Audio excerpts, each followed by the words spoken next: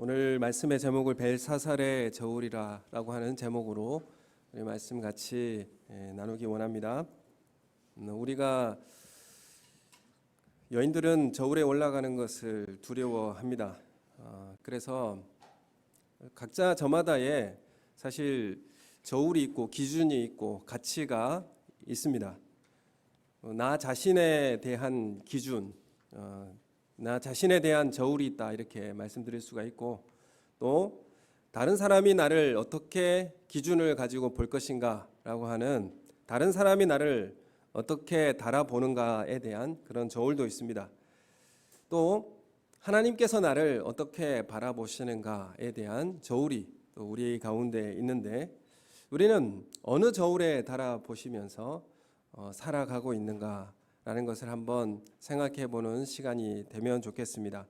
그래서 나의 나라에서 하나님의 나라로 옮겨가는 그런 삶이 우리의 삶 속에 이루어지기를 예수님의 이름으로 축원합니다. 오늘 5장의 말씀에는 벨사살 왕이 등장하게 됩니다. 이 벨사살 왕은 느부갓네살 왕의 사위인 나부니두스 왕의 아들입니다. 그러니까 우리가 4장까지 느부갓네살 왕을 우리가 만나게 되었는데, 그 사위의 아들인 이 벨사살이 오늘 이 말씀에 등장하고 있습니다. 그래서 4장과 5장 사이에 시간 간격이 한 20년 정도 차이가 있습니다. 그래서 이 벨사살 왕이 큰 잔치를 열었을 때에 그 내용을 다루고 있습니다. 그리고 시간이 지났기 때문에 아마 다니엘도 연로해서, 또한 정권이 바뀌었기 때문에 어떤 역사의 전면에서 뒤로 물러나 있었던 그런 시대인 것으로 우리가 생각해 볼 수가 있습니다. 이 벨사살 왕이 이 바벨론 왕국의 영화를 과시하기 위해서 큰 잔치를 열었습니다. 그리고 그곳에서 성전 기명, 그러니까 예루살렘에서 탈취한 그 성전에서 쓰는 그 기명들을 가져다가 술을 부어서 거기에 마셨습니다. 이것은 이 느부갓네살 왕도 쓸 수 없었던 것을 꺼내와서 자신이 사용한 것인데, 이것은 어떤 모습이냐 하면 자신의 선왕인 외조부 왕도 할 수 없었던 것인데, 내가 이것을 할 수 있다라고 과시하고 또한 선왕을 무시하는 그런 모습으로 사용되었던 것입니다. 사실 지금 벨사살 왕이 그 바벨론 성에 이제 잔치를 벌이고 있는 상황 가운데서 아버지가 아직 왕으로 통치하고 있었습니다. 이 아버지 나보니두스 왕은 어디로 가고 있었냐면 원정 전쟁을 나아가 있었던 상황에서 전쟁을 치르고 있었던 그런 상황이었고, 벨사살은 사실 섭정이었습니다. 둘째 2인자의 자리에 앉아서 다스리고 있었습니다. 그래서 서열은 아버지 다음에 두 번째 서열이었죠. 아마도 이 벨사살은 아버지가 힘있고 또 자신은 인정을 받지 못하는 그런 무시당한다라고 하는 생각을 가지고 있었던 것으로 여겨집니다. 그리고 자신이 두 번째 서열이라는 것에 대해서 열등감에 또한 사로잡혔던 이런 모습들을 우리는 확인해 볼 수가 있습니다. 그래서 이 벨사살 왕이 아버지 다음에 항상 2인자의 모습이었습니다. 그래서 벨사살을 통해서 섭정을 하고 있었고, 오늘 이 벌어진 이 내용도 아버지 나보니두스는 원정 전쟁으로 출전해 있을 때에 아버지가 없는 상황에서 벌어진 그런 내용이었습니다. 이 아버지가 없는 상황에서 자신의 힘을 이제 과시해보고 또한 비교하며 자신의 가치를 높이기 위해서 귀족 1000명을 불러다가 초청해서 잔치를 베풀고 술을 마셨다라고 그렇게 기록하고 있습니다. 그의 외조부였던 느부갓네살 왕이 예루살렘의 성전에서 빼앗아 온 이 성전 기명들, 그것들을 가져다가 꺼내오게 해서 거기다 술을 부어 마시고 자신들이 섬기는 우상에 절하는, 우상을 찬양하는 그 일에 또한 사용하게 된 것입니다. 그때 어떤 일이 일어나느냐 하면 손가락들이 나타나서 석회벽에 글을 쓰기 시작했습니다. 연회장이 갑자기 즐거움에서 공포의 장소가 돼 버리고 말았습니다. 오늘 말씀해 보면 글을 쓰는 손바닥을 보고 두려워했다. 손바닥을 보고 두려워했다. 이렇게 말씀하는 것을 통해서 보면 아마 벨사살 왕이 벽에 등을 기대고 앉아 있었고 자신의 머리 위에 손가락이 나타나서 글을 벽에 쓰게 된 것이죠. 그러니까 딱 위로 올려다 보면 손바닥을 보게 되는 것입니다. 그래서 벨사살 왕은 이 손가락을 보는 것만으로 오늘 6절 말씀해 보면 왕의 즐기던 얼굴빛이 변하고 그 생각이 번민하여 넓적다리 마디가 녹는 듯하고 그의 무릎이 서로 부딪힌지라 이렇게 말씀하고 있습니다. 그래서 이 손가락이 나와서 벽에 글을 쓰는 이것으로 이 자체만으로 이 벨사살 왕은 두려움에 떨 수밖에 없었습니다. 이 석회벽에 쓰여진 이 하나님의 쓰신 글은 어떤 내용이냐면 메네 메네 데겔 우바르신이다 이렇게 말씀하고 있습니다.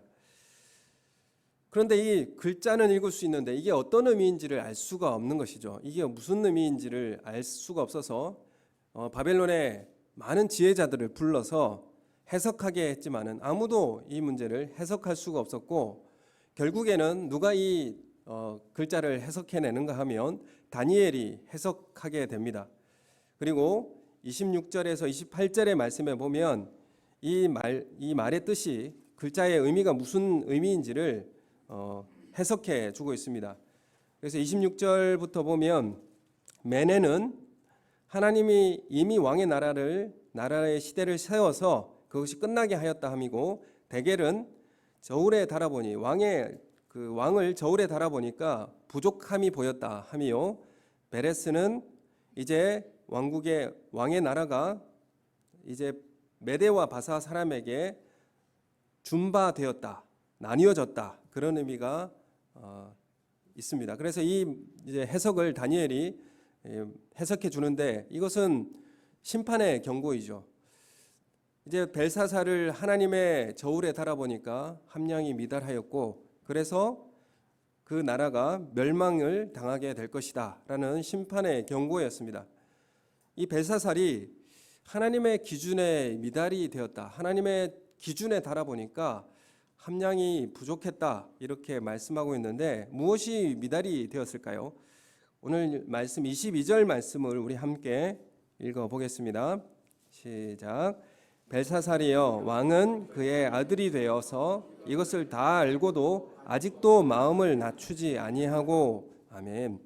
여기 보면 뭐가 미달된 것입니까? 왕이여 다 알고도 하나님께서 어떻게 선 왕인 외조부에게 행하신 것에 대해서 다 알고도 아직도 마음을 낮추지 아니하였다.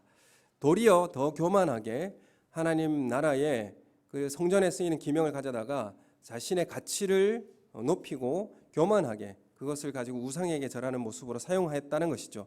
알고도 여전히 계속적으로 하나님 앞에 죄를 이어가는 것이었습니다. 여전히 알면서도 끊지 못하는 삶, 이것을 하나님의 기준에 미달되었다 이렇게 경고하고 있는 것입니다. 벨사살이 무엇을 알고도 마음을 낮추지 않았는가? 그것은 이 느부갓네살 왕이 이 외조부 왕이 하나님 앞에 교만함을 통해서 징계받은 것을 알면서도 마음을 낮추지 않았다 이렇게 지적하고 있습니다. 외조부 왕의 교만은 제국을 다스리는 영광과 힘의 원천이 어디서부터 왔고 또 그 권력의 목적이 무엇인지를 모르는 것이었습니다. 자신이 다 이것을 해냈고 그리고 자신에게 이 모든 영광을 돌리자 하나님께서 느부갓네살 왕을 치셔서 짐승과 같이 풀을 뜯어먹는 그런 날들을 보내게 하셨던 것입니다. 그래서 자신의 힘과 권력의 원인을 자신에게 돌리고 그 목적도 자신을 위해서 치부하자 하늘의 경고가 음성이 들리게 된 것입니다. 그래서 23절 말씀에 보면 하반절에 23절 말씀 우리 함께 같이 읽어보겠습니다. 시작.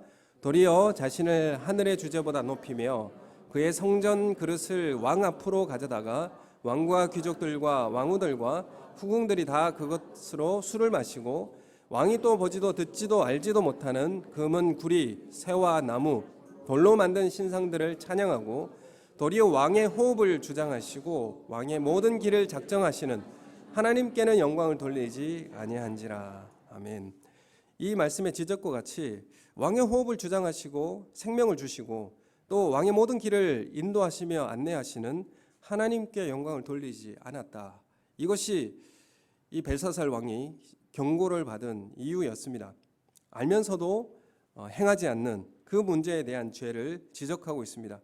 그래서 이 벨사살 왕에게는 왜 이런 모습들로 갈 수밖에 없었는가라고 하는 것을 우리가 보게 될 때에 벨사살 왕이 2인자로서의 비교하며 아버지 왕과의 비교 그리고 외조부 왕과 자신과의 이 모습을 비교하면서 열등감을 통해 경쟁심이 이 마음을 교만하게 만들게 된 것입니다. 그래서 이 비교를 통한 열등감은 결국 경쟁을 통한 교만한 마음으로 향하게 되어 있다라는 것을 우리가 보게 됩니다. 그래서 이 벨사살의 교만이 어디서부터 시작되었을까? 우리가 한번 추측을 해보자면 이런 질문을 하는 것이죠. 벨사살 왕이 나는 이 제국에서 인정받는 존재인가? 이 질문을 하고 있는 거예요. 여러분, 이 문제에서부터 이 벨사살의 교만은 시작된 것이죠. 비교를 통한 열등감이 경쟁을 통해서 교만으로 향하고 있는 이 벨사살 왕을 우리는 보게 됩니다. 여기서부터 문제가 시작된 것이죠. 여러분, 우리가 나에게 질문을 해볼 수 있죠. 나는 교회에서 인정받는 존재인가? 나는 서열이 얼마나 되고 있는가? 나는 나의 직장에서 나는 인정받는 삶을 살고 있는가?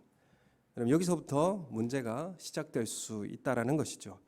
이 느부갓네살 왕, 선 왕을 비교하면서 자신의 우월함을 보여주는데 어떻게 자신의 우월감을 보여주는가 하면 남을 무시하면서 자신의 가치를 높이고 있는 것이죠.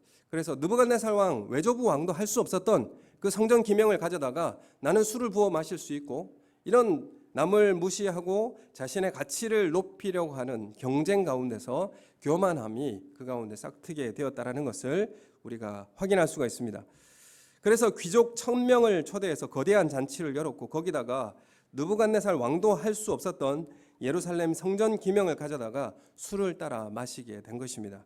자신을 과시하고 또 경쟁을 통해서 인정을 받으려고 한 것입니다. 나는 여기서 인정받는 존재인가? 이것을 증명하기 위해서 무시하는 방법, 남을 무시하는 방법을 사용하여서 자신의 가치를 높이는 것이었습니다. 여러분, 우리가 우리의 삶을 돌아보면서 나에게 한마디 했는데 내가 그 한마디에 절망하는 상태가 되었다면 내 안에 있는 중요한 가치 기준이 뭔지를 확인할 수가 있습니다. 내가 그 한마디 때문에 내가 절망할 수밖에 없었다면 내 가치 기준이 내가 가장 소중하게 여기는 가치가 무엇인지를 알게 되어 있습니다. 어디에 사는가, 몇 평에 사는가라는 그 문제 때문에 내가 절망했다면 내가 가치 기준이 뭐가 가장 소중한지를 드러나게 되어 있습니다. 돈 이야기에 절망한다면 또 차를 뭘 타고 다니느냐에 절망한다면 어느 직장에 다니는가에 대해서 절망한다면 외모 때문에 절망한다면 이 문제 때문에 인생이 무너지는 사람이 있다라고 한다면 거기에 가치 기준이 있습니다. 이 비교하는 사람이나 비교당하는 사람이나 모두 뭘 가지고 비교합니까? 기준이 있는 것이죠. 그 자신의 가장 소중하다고 생각하는 가치 기준을 가지고 판단하게 되어 있습니다. 여러분, 무시당하는 것 때문에 화가 나십니까? 왜 화가 날까요? 그것은 하나님으로부터 나에게 부여해 준 가치에 대해서 기준을 삼지 않고 내가 삼은 기준으로 미래를 소망하고 예측하고 있기 때문에 그렇습니다. 무시당하지 않으려고 몸부림치는 이 모습이 오늘 이 벨사살 왕에게까지 나타나고 있습니다.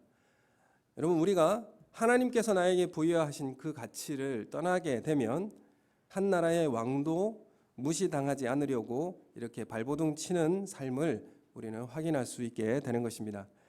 여러분, 인터넷 댓글창에 폭언과 또한 무시와 비방이 왜 난무한 것입니까? 이것을 가상적 유능감이라고 하는 것이 있습니다. 이게 뭐냐면 타인을 무시함으로 자신을 높이는 것인데, 타인을 경시하는 순간 나는 유능하다고 생각하고 타인을 경시함으로 역으로 자신을 긍정적으로 바라보게 되는 것입니다. 이건 가상적 유능감이라는 거죠. 내가 괜찮은 존재인 것을 그때 그렇게 드러내는 것입니다. 그래서 우리가 주변 사람들을 쉽게 무시하는 말을 하고 성과 없음에 대해서 무시하고 있다면 내 자신의 가치를 내가 스스로 쌓아가기 위한 노력을 하고 있다라고 생각하면 됩니다. 내 가치를 내가 스스로 쌓아가려고 그렇게 노력을 하고 있는 것이죠.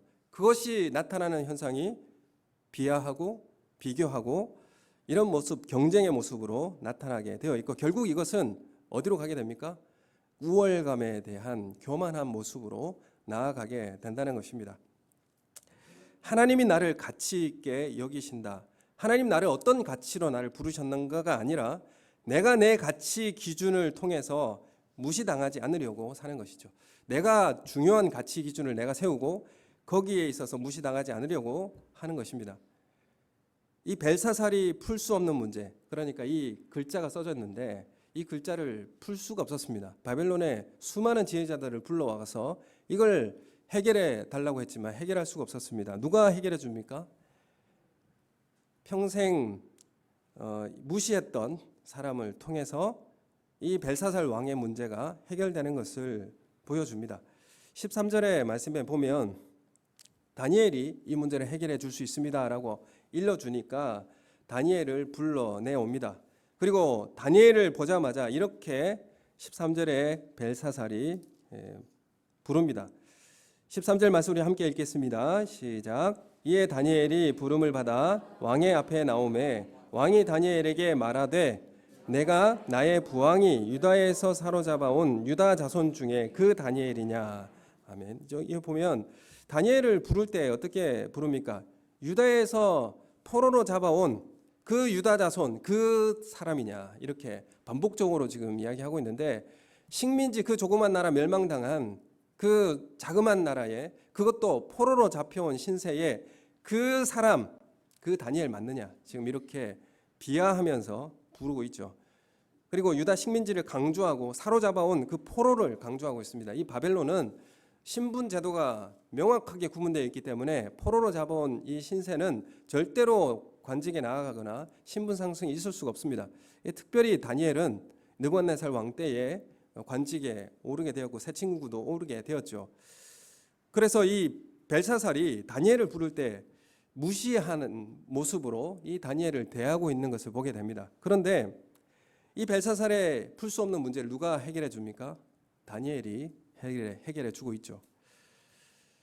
하나님은 세상의 약함을 통해서 일하시고 그 약함을 통해서 강한 자를 부끄럽게 여기시겠다라고 말씀하고 있습니다. 그래서 우리를 낮은 곳에 처하라 이렇게 말씀하고 있습니다. 여러분, 교회가 약해 보이고 교회가 무능해 보이십니까? 세상 체계보다 더 못하게 보이고 또 규모와 시스템에 있어서는 교회가 세상에 많이 뒤처져 있는 것은 사실입니다. 그래서 우리는 교회를 무시하고 있지는 않습니까? 내가 내 가치 기준으로 비교하면 교회는 무시할 수밖에 없는 수준이 바로 교회이죠. 그런데 역설적으로 세상에서 희망이 없어 보이는 이 교회를 통해서 하나님은 나를 구원하시고, 세상에서 보면 가치 없어 보이는 무능한 이 교회를 통해서 나를 회복시키시고 나를 구원하시는 통로로 하나님이 교회를 사용하시는 것입니다. 여러분, 우리를 이 교회를 통해서 하나님의 자녀답게 만들어 가시고 빚어 가시는 공간을 이 교회를 통해서 하시겠다라고 주님은 분명히 우리에게 말씀하고 계십니다. 여러분이라면 여러분이 만일 구원과 생명을 주기 위해서 어느 기관을 사용하시겠습니까? 교회를 사용하시겠습니까? 우리가 보자면 잘 훈련된 어떤 경찰 조직이나 명령에 충성하는 군대 조직이나 행정이 잘 입혀져서 체계적으로 잘 진행되는 그런 관공서를 사용해서 이 구원과 영생에 대한 이런 문제들, 그런 사람들을 훈련하고 이렇게 양성해 가지 않겠습니까? 그런데 우리가 생각해 보기에는 그런 곳이 더 잘할 것 같지만 벨사살을 무시했던 이 다니엘을 통해서 하나님은 이 벨사살의 문제를 해결해 주십니다. 여러분, 그렇기 때문에 우리가 하나님의 하신 일들을 신뢰하시고 주님 앞에 순종하는 삶이 되어지길 소원합니다. 여러분, 교회를 신뢰하십시오. 이 말은, 교회를 신뢰하라는 이 말은 구원의 길을 예비하신 아버지 하나님을 신뢰하라는 의미입니다.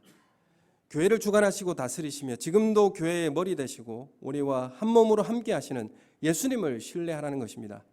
지금도 우리의 삶에서 감화 감동케 하시고 성화의 길을 걷게 하시는 성령의 하나님을 신뢰하라는 것입니다. 오늘 우리가 교회를 신뢰하고 또 하나님께서 나에게 하실 일들을 가치 있게 여기고 순종하는 삶을 살아내는 우리의 삶이 되기를 예수님의 이름으로 소원합니다. 여러분, 우리 소그룹에서 우리 교회를 통해서 하나님께서 하나님의 자녀답게 빚어가시고 또한 구원을 우리 교회를 통해서 허락하시겠다라고 그 약속하신 그 가치를 우리가 신뢰하며 살아가는 우리 삶이 되길 소원합니다. 에베소서 1장 23절 말씀에 우리가 함께 읽어보면 좋겠습니다. 같이 시작. 교회는 그의 몸이니 만물 안에서 만물을 충만하게 하시는 이의 충만함이니라. 아멘. 어떻게 이 한 문장 안에 교회의 영광을 다 담아낼 수 있겠습니까? 만물을 충만하게 하시는 분은 하나님이십니다. 모든 만물에 하나님의 다스림과 통치와 그 충만함이 배어 있습니다. 하나님의 다스림 없이 어떻게 질서 있게 이 창조 세계가 운행되겠습니까? 이 충만함을 하나님은 교회를 통하여서 충만하게 하시겠다. 교회를 통해서 생명을 주실 것이고 교회를 통해서 하나님 나라를 가져오게 할 것이다. 교회를 통해서 하시겠다라는 사실을 분명히 말씀하고 있는 것입니다. 교회를 통해서 구원 얻는 백성을 모을 것이고 하나님 나라를 교회를 통해서 하시겠다라고 말씀하고 있는 것입니다. 우리의 눈으로 볼 때 교회가 약해 보이고 또한 비교하면서 교회가 어디에 쓸모가 있을 만한 그런 허약해 보이고 또한 허점도 많아 보이고 내가 살고 있는 그 체계와 비교해 본 도저히 신뢰할 수 없는 그런 체계인데 하나님은 교회를 통해서 하나님 나라를 이루어 가시겠다라고 분명하게 우리에게 말씀하고 있습니다. 그렇기 때문에 교회의 영광이 여기에 드러나게 되는 것입니다. 교회는 예수님과 연합되어 있기 때문에 예수님과 피와 살이 통하도록 밀접한 관계에 있습니다. 이 교회를 통해서 온 우주 만물을 새롭게 하시고 완성케 하시는 그 영광의 자리로 요구하셨기 때문에 그것을 교회의 영광이라 이렇게 말씀드릴 수가 있습니다. 야고보서 4장 17절 말씀에 우리 함께 읽어보겠습니다. 이 벨사살 왕이 그 하나님의 정울에 달아보았을 때에 함량 미달이었다라는 이유가 뭐겠습니까? 알면서도 하지 않은 문제였습니다. 야고보서 4장 17절 말씀 우리 함께 읽겠습니다. 시작. 그러므로 사람이 선을 행할 줄 알고도 행하지 아니하면 죄니라. 아멘. 그리고 우리가 앞서 벨사살에게 하나님께서 지적했던 이것을 다 알고도 아직도 마음을 낮추지 아니한 이 문제 하나님께서 분명히 지적을 하셨습니다. 그래서 야고보서 4장에 보면 이 문제를 거론합니다. 형제를 비방하고 판단하지 말라고 이 야고보서 4장에는 말하고 있습니다. 지금 벨사살의 그 문제가 어디서부터 시작됐습니까? 나는 이곳에서 인정받는 사람인가? 이 문제로 인해서 비하하고 비교하고 경쟁하고 결국 그 열등감으로 교만한 자리에 이르게 된 것이죠. 그래서 야고보서 4장에는 왜 형제를 비방하고 판단하는가? 이 문제를 지적하고 있습니다. 그래서 4장 12절 말씀에 보면 이렇게 말씀하고 있죠. 같이 읽겠습니다. 시작. 입법자와 재판관은 오직 한 분이시니 능히 구원하시기도 하시며 멸하기도 하시느니라. 너는 누구이기에 이웃을 판단하느냐? 아멘. 입법자와 재판관, 하나님의 법을 만드신 분도 하나님이시요 그걸 시행하고 재판하시고 심판하신 분도 하나님인데 너는 누구이기에 판단하느냐? 네가 왜 하나님의 자리에 올라서서 심판하느냐라는 것입니다. 정말 하늘의 지혜를 우리가 가졌다라고 한다면, 우리가 하나님을 안다라고 한다면 비방하지 않고 관계를 회복하는 열매를 거두게 되어 있습니다. 그 야고보서 3장 13절 말씀 우리 함께 읽겠습니다. 시작. 너희 중에 지혜와 총명이 있는 자가 누구냐? 그는 선행으로 말미암아 지혜의 온유함으로 그 행함을 보일지니라. 아멘. 여러분, 우리가 내가 많은 지혜를 가지고 있다라고 해서 비방하고 또 책망하지 않습니까? 그런데 그 지혜가 어디서 온 지혜인지를 확인할 수 있다라고 말하고 있죠. 그 지혜는 두 가지가 있습니다. 하나님으로부터 온 지혜가 있느냐, 아니면 세상으로부터 온 지혜가 있느냐. 그 두 가지를 행함을 통하여서 나타나는 열매를 통해서 이 지혜가 하나님으로부터 온 지혜인지 세상으로부터 온 지혜인지를 확인할 수 있다라고 말씀하고 있습니다. 그래서 하나님으로부터 온 지혜, 하늘로부터 온 지혜는 무엇인지를 13절에 말씀하고 있죠. 13절을 다시 보면 지혜와 총명이 있는 자가 누구냐? 그는 선행으로 말미암아 지혜의 온유함으로 그 행함을 나타나게 된다. 선행으로 지혜의 온유함으로 그 행함이 나타나게 된다. 이렇게 말씀하고 있고요. 14절 이어서 우리 함께 읽어보겠습니다. 시작. 그러나 너희 마음속에 독한 시기와 다툼이 있으면 자랑하지 말라. 진리를 거슬러 거짓말하지 말라. 아멘. 여러분, 독한 시기와 다툼으로 자랑하는 이렇게 나타나게 된다면 결국 이것은 하늘의 지혜가 아니라 땅의 지혜이고 정욕적인 것이요 귀신의 것이다라고 판단할 수 있다라는 것입니다. 여러분, 지혜와 지식은 말로 표현되는 것이 아니라 많이 알고 있다라고 지혜가 아니라 그 행실로 나타나야 하는 것입니다. 그래서 교회가 인정한 하늘로부터 주어진 지혜는 오히려 조용한 힘이요 선한 일을 만들어내고 생명을 만들어낼 수 있어야 하는 것입니다. 이게 바로 하늘로부터 부여된 지혜입니다. 그렇기에 야고보는 온유한 가운데 지혜의 일을 그의 착한 행실로 보이라 이렇게 말씀을 하고 있습니다. 그래서 세상의 지혜는 뭔가? 지혜를 겨루고 지혜를 통하여서 경쟁하는 것이 바로 세상의 일입니다. 여러분, 그래서 신앙이라고 하는 것은 경쟁이 아니라는 것입니다. 신앙생활은 자본주의적 경제 원리도 아닙니다. 열심과 헌신을 부추기는 경쟁도 하지 않습니다. 명확하게 야고보는 지혜의 열매들을 17절에 말하고 있습니다. 우리 17절 같이 읽겠습니다. 시작. 오직 위로부터 난 지혜는 첫째 성결하고 다음에 화평하고 관용하고 양순하며 긍휼과 선한 열매가 가득하고 편견과 거짓이 없다. 이렇게 말씀합니다. 이런 모습으로 하늘의 지혜는 나타나게 되어 있습니다. 첫째 성결하고, 둘째 화평케 하고, 관용하고, 양순하고, 긍휼과 선한 열매가 나타나고 편견과 거짓이 없다. 그럼 이게 바로 하늘의 지혜로 우리가 삶을 나타낼 때에 뭐가 드러나야 됩니까? 화평이 나타나야 되고요. 관용의 모습이 드러나야 되고요. 양순의 모습이 나타나야 되고요. 이런 긍휼의 모습이 나타나는 것이 바로 우리가 하늘의 지혜로 이야기하고 함께하는 모습으로 드러나게 되는 것입니다. 그래서 18절의 말씀에 보면 시작. 화평하게 하는 자들은 화평으로 심어 의의 열매를 거두느니라. 아멘. 여러분, 그래서 우리가 하늘의 지혜로 행하고 있는가라는 걸 통해서 무엇을 통해서 알 수 있느냐 하면 성결과 화평과 관용과 양순과 긍휼과 선한 열매가 가득하고 편견과 거짓이 없는 것을 통해서 내가 행한 것이 하늘의 지혜로 행한 것임을 알 수 있게 된다. 이렇게 말씀하고 있죠. 그러나 반면에 세상적 지혜는 어떤 결과를 가져오게 되느냐? 독한 시기와 다툼이 일어나게 되는 것인데 결국 세상 지혜는 경쟁적이고 서로를 비하하게 되고 그것으로 인해서 결국 관계가 깨트려지는 곳으로 가게 되는 것입니다. 그러나 하늘로부터 주어진 지혜는 관계를 회복하게 되죠. 왜 그렇습니까? 화평과 관용과 양순과 긍휼 그리고 편견과 거짓이 없는 것으로 나타나기 때문에 관계의 회복으로 드러나게 되어 있습니다. 그리고 생명을 살리는 관계로 나타나고 있습니다. 여러분, 우리는 무엇으로 어떤 지혜로 우리는 말하고 있고 그것을 통해서 우리는 무엇이 드러나고 있는지를 우리는 확인하게 된다는 것입니다. 여러분, 이런 것들을 알면서도 하지 않는다면 그것이 교만이요 하나님의 기준에 미달이다 이렇게 말씀하고 있습니다. 이 문제는 반드시 하나님께서 경계하시고 말씀으로 우리에게 알게 하셨습니다.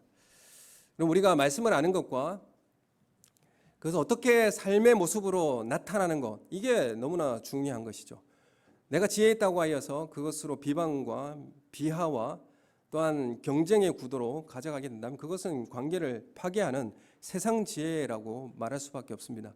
하나님의 지혜로 우리의 소그룹과 우리의 교회가 다스려지게 된다면 화평과 성결과 관용과 양순이 드러나야 하는 것이고, 관계가 회복되는 것으로 생명을 살리는 관계로 만들어내는 그런 모습으로 드러나게 되어 있습니다. 독일 2차 세계대전을 치르고 있을 때에 나치 독일 친위대 장교 겸 홀로코스트의 실무 책임자인 아돌프 아이히만이라는 사람이 있었습니다. 이 사람이 유대인의 추방, 수송, 학살의 최고위급 전문가였습니다. 수송부터 이 유대인들을 처리하는 데까지 얼마나 탁월하게 이 일들을 잘 수행하였고, 이 일들을 목적을 이루어내는 데 있어서 최고의 역할을 하였던 사람이 아돌프 아이히만이라는 사람이었습니다. 500만 명의 유대인들을 열차에 태워서 수송했고, 유대인이라는 적을 말살하는 일에 누구보다도 더 적극적으로 효과적으로 수행을 했습니다. 그래서 패전 이후에 독일의 그 지도자가 이 아이히만과 같은 사람 50명만 있었으면 세계를 다 지배하고 통치할 수 있었을 것이다, 이렇게 말할 정도였습니다. 그래서 이 아이히만을 통해서 유럽 전역의 유대인들을 학살하였는데, 그 아이히만을 통해서 결제해가지고 가스실에 들어갔던 그 사람들이 1,100만 명이었습니다. 그래서 이 많은 숫자를 가스실로 몰아넣었던 장본인, 그걸 결제했던 사람이 바로 아이히만이었습니다. 그래서 이 폴란드 아이슈비츠에는 지금도 그 많은 흔적들이 있습니다. 안경들, 그리고 머리카락들, 그리고 벽에 손톱 자국들, 이 창고에 그 많은 이 창고에 그 흔적들을 가득 보관하고 있습니다. 이것을 만들어낸 사람이 누구일까요? 독일이 패망하고 전쟁을 일으킨 전범들이 재판을 받았습니다. 그런데 아돌프 아이히만이 실종되었습니다. 이름을 바꾸고 위조된 여권으로 17년 동안 잠복하고 도망다녔습니다. 결국 아르헨티나에서 이스라엘의 비밀 경찰에게 체포되고 1962년에 예루살렘에 호송되고 재판을 받아서 그에 처형되게 되었습니다. 사람들이 생각하기에는 이 아이히만이라고 하는 이 사람은 괴물이어야 했고, 악마여야 했고, 아니면 정신병자여야만 했습니다.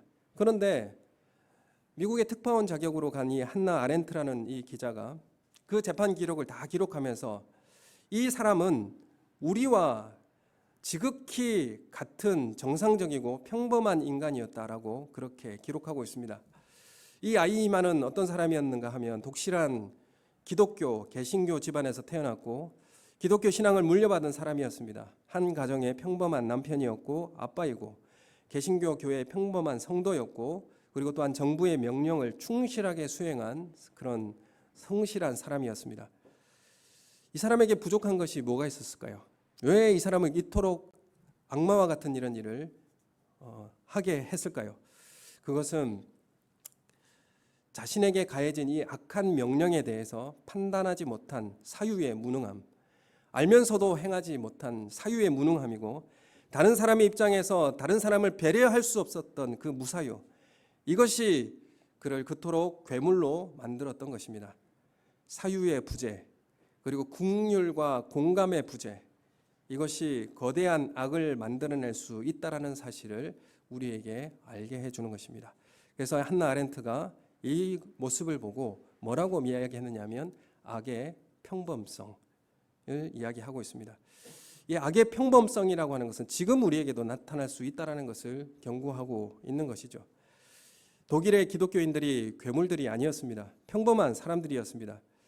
그러나 왜 이런 모습으로, 그래서 유대인들을 가스실로 밀어넣은 사람들은 바로 나치의 협조적인 그 기독교인들이었다라는 것을 우리가 확인할 수 있게 되는 것입니다. 오늘 우리는 판단을 하지 못하는 이 무능함, 그리고 이 공감할 수 없는 긍휼의 부재, 이런 것들이 만들어낸 악의 평범성이었습니다. 참혹하고 혹독한 대가로 역사 가운데 드러나게 되었다는 것을, 이것은 우리에게 증언하고 있습니다. 여러분, 하나님 우리에게 말씀하고 계십니다. 그리고 하나님의 저울에 달아보았을 때에 알면서도 행하지 않는 것에 대해서 하나님은 그 문제에 대해서 함량미달이라고 말씀하고 계십니다. 우리가 금요기도회 때 아리마대 요셉과 니고데모가 빌라도에게 찾아가서 예수님의 시체를 달라고 요청했습니다. 그리고 니고데모는 그 예수님의 죽음에 동참했습니다. 예수님의 시체를 달라고 하는 것은 자신의 지위와 부와 그리고 자신의 생존권을 송두리째 맡기는 그런 행동이었습니다. 목숨을 담보하는 위험한 선택을 니고데모가 한 것입니다. 니고데모가 3번 나오는데 처음에는 밤중에 예수님께 몰래 나와서 질문을 했고요. 두 번째는 공회원들 앞에 예수님을 방어해줬고요. 변호해줬고요. 3번째는 예수 그리스도의 십자가의 죽음 앞에 그는 나아가 서 있는 모습을 우리가 보게 됩니다. 여러분, 목숨을 담보하는 위험한 선택을 니고데모는 주님과 함께 그 죽음에 참여했습니다. 여러분, 우리는 나의 죽음은 우리의 삶에 어떤 것으로 나타나고 있습니까? 내가 예수님과 함께 죽었다라고 고백하고 있는데 나의 죽음은 내 삶 속 어디에서 나타나고 있습니까? 경쟁과 무시함과 이기적 선택과 무관심과 그 속에서 내가 살아있음만이 나타나고 있지는 않는가? 어디에서 나의 죽음은 발견되고 어디에서 예수 그리스도와 함께 죽으심이 드러나고 있습니까? 우리가 많은 이제 기독교 단체도 있고 또 기독교 기업도 있고 그리고 우리가 속해 있는 직장도 있고 우리가 다니고 있는 교회도 있습니다. 그런데 왜 그곳에서 하나님 나라가 느껴질 수 없습니까? 왜 우리가 가 있는 그 공간에서는 그 하나님의 나라가 경험되고 있지는 않습니까? 우리 교회 공동체는 우리 소그룹에 가면 우리 공동체 조직과 그 가운데 하나님 나라를 느낄 수 있습니까? 다니엘서는 이스라엘의 가장 암울한 시대에 절망하는 사람들에게 그 영안을 열어서 하나님 여전히 통치하고 계시고 하나님 여전히 다스리고 있다라는 사실을 우리에게 말씀해 주고 있습니다. 하나님은 한순간도 이 세상의 통치권을 그 누구에게도 빼앗기거나 상실한 적이 없습니다. 오늘 이 시간, 오늘 우리에게도 그 하나님의 나라의 다스림과 통치는 우리 가운데 주어져 있습니다. 우리의 삶이 어디에서 주님과 함께 낮아져서 주님의 죽음과 함께 동참하고 있는 그 목숨을 담보하는 위험한 선택을 우리는 어디서부터 하고 있습니까? 나의 죽음은 어디서부터 무엇으로 나타나고 있습니까? 나를 주장하는 나의 나라에서 하나님의 나라로 나아가시는 우리 삶이 되길 소원합니다. 예수님은 이 하나님 나라를 예수 그리스도의 십자가의 죽으심으로 우리 가운데 허락하셨습니다.